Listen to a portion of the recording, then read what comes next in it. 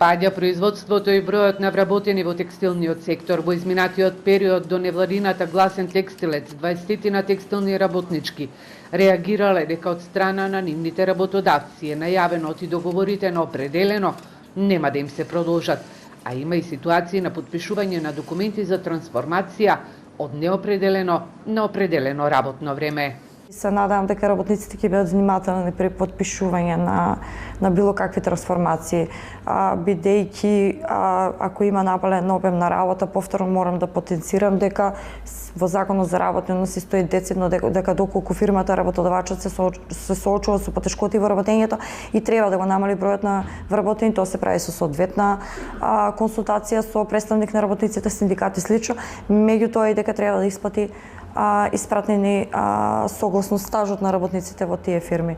Текстилниот сектор очекува оваа година пат на производството од 3 до 5%, бидејќи дел од странските партнери се заминаа во Бангладеш и Виетнам.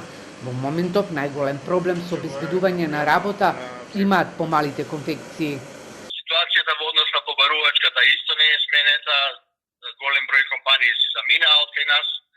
Помалите компании живуркаат, имаат проблемите од македонска каменица, во Штип компанија која не знае како ќе продолжи, се надева ќе најде нови купци, ама тоа многу тешко се прави. Бидејќи странците се свесни дека ние немаме млада работна сила и затоа на долг рок губат интересот да работат во Македонија. Според Димитров, во моментов единствено што може да помогне на реалниот сектор е најавената мерка за субвенционирање на плати, која беше најавена во ноември лани. Според неговите информации во Македонското собрание, помината е во прво читање, но не знаат зошто е се уште заглавена и не се носи од страна на пратениците. Оваа мерка се очекува да помогне на бизнис секторот, но и со неа да се зголемат платите на добрите и вредни работници.